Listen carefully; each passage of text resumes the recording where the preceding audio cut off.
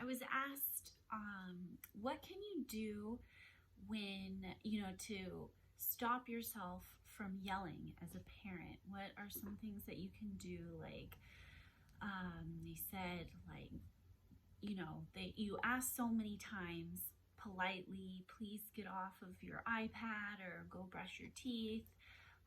It's time to go to bed, and they resist and resist, and then you resort to yelling at your children, and then they'll do it. So how do you get out of that pattern? Really, I have one tool that's good for any circumstance for parents. It's called the stop tool. So I'll teach that to you really quick. You can use that in any circumstance where you're not getting the results that you want from your kids and you're not feeling good. You stop yourself, you take a deep breath, you observe. The O is observe the situation, observe your mind, observe your child. So you're floating above your body, you're somebody else looking at the whole situation. And then the P is the perspective that you can take to create more peace and love and harmony between you and within you. So that's the stop tool, and it's just basic mindfulness. How do you deal with situations in a conscious way? But in regards to the iPad, she specifically asked, and I just wanted to share with you a tip for that, how to get your kids to get off of the iPad when you ask them to, or when it was agreed upon that they would get off. Is you basically, children that are not able to get off of the iPad without a fight or without some kind of an emotional thing going on, what you can assume is that that child is too young for that device. And that's the truth. If it's creating emotional upset in them, then it's not a good thing. So life is more important than them staring at that screen, right? And it's not necessary that they have these screens. It maybe even would be better if they were sitting and playing with Legos, or they had a book in front of them. So the screen thing is really a big problem in our culture nowadays, and we think like, oh, everybody has screens and all kids have screens, and it's normal, whatever. But it really can be causing a lot of emotional harm, and it's not their fault. These screens are addictive. And so the way that you want to approach this situation is to talk to your child about it, that when they get really upset, when they have to get off, that tells me you're too young for this. This is, a device, and you have to know how to control your emotions. You have to be in control of yourself. And if this thing is causing you to get so upset and disconnect from me, when that's the most important thing, is our connection, is your connection to yourself. If it's getting in the way, then we need to you can't have this anymore. And you need to do it in a way that you're saying it like in a loving, you're protecting your child. This isn't a punishment. You're realizing this child is not able to handle this device, is not able to get off of the device and not be messed up in the head about it. So we have to see that when that happens in our children and acknowledge that and do something about it. Don't just let them have their tantrum and then, force them to do something else, and then they just get the device again a few minutes later or the next day or whatever, and they learned absolutely nothing about self-control or their emotions, or that they need to have a discipline. If they're going to be on these devices, they need to know how to get off easily. And so you can talk to them about that. And if I see that you are able to get off the device, it's fine, then you can go on it. It's not a big deal if you go on it for a little bit, and like I'm doing something, or maybe, what is your rule? Like a half hour twice a day, or, whatever it is. But you want to be really mindful of that and talk with them about how important it is for you to see that they can get off of the device easily. and then they can have it. And that's what I did with my son. And it worked. And you know, he's going to school to be a software engineer, and he went to the Waldorf school, which is absolutely no devices when, you know, they're young, and so he didn't have them. But once he did, because his father and I are separated, so he ended up needing to have his own phone at maybe a little bit earlier age, like than a teenager. And so I remember having to do these kinds of things, and he got it. He understood, and he was okay, you know, even when I would take it away. And it made him think about, like, oh, if I go on this thing, like, I need to make sure I'm not fully getting sucked in and having a temper tantrum when I need to get off of it. I need to learn to self-regulate and decide, how long do I want to be on this thing?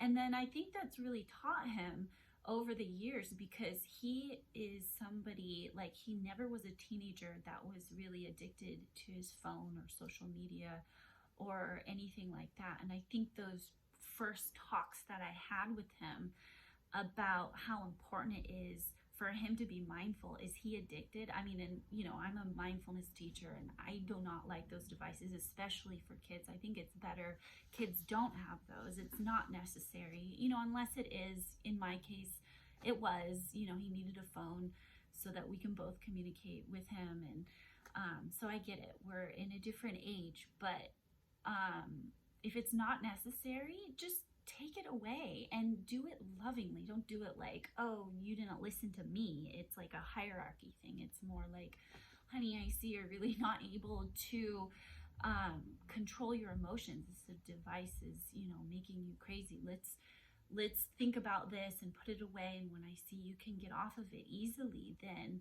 you know, that's fine. Then you can have it for a half hour. And we also have to be mindful too of, you know, if they're watching something and they just want to finish like the last minute or two, and you're expecting them to get off that device, you know, right when they say, if you think about it, if somebody were to be talking to you and you were watching a video and they said, okay, it's time to get off, and you're like, I'm finishing this video, just 1 minute, right?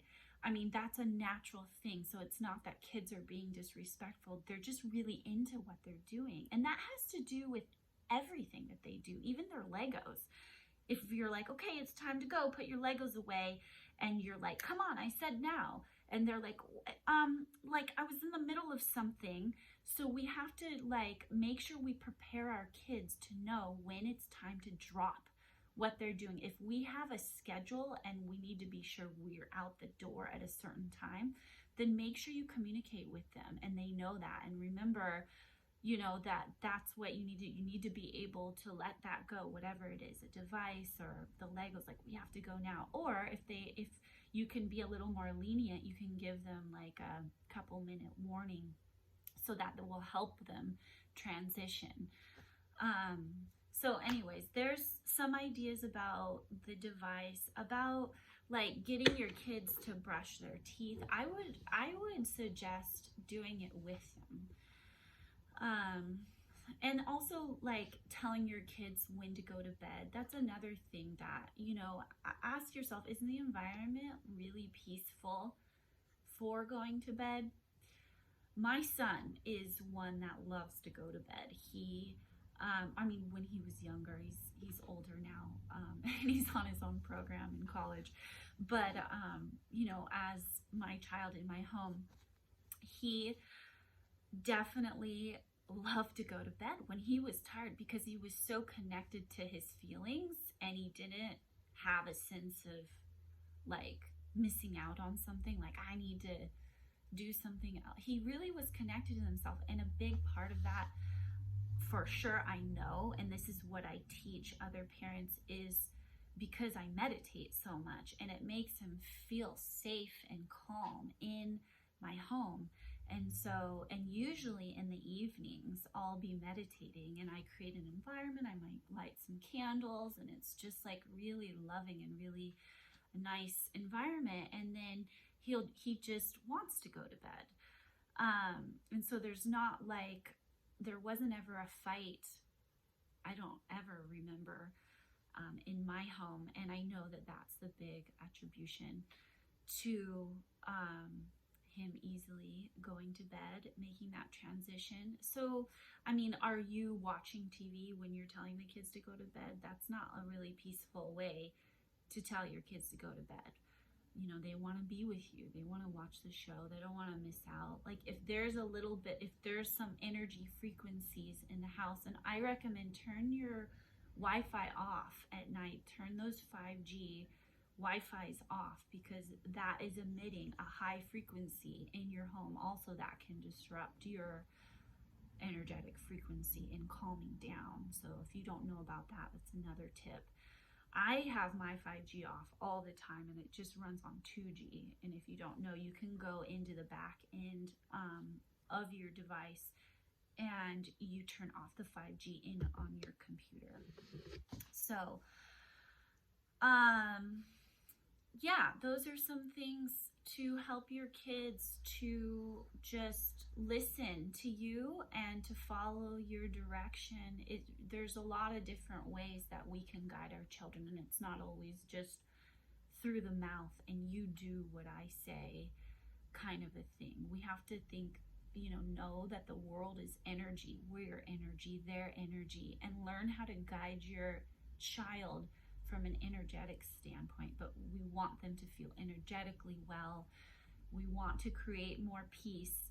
We want to, have a flow in the home, and talk to them about that is what you want, and you're learning to be more peaceful. And watch my other classes to learn to meditate, because when you wake up in the morning and you meditate and your child wakes up to you meditating, it's the most beautiful thing in the world. They crawl on your lap, they give you a hug, they'll start meditating with you. And what are you teaching them? You're teaching them to connect to themselves and to the divine light within them, and clear the head and really start the day in a higher vibration.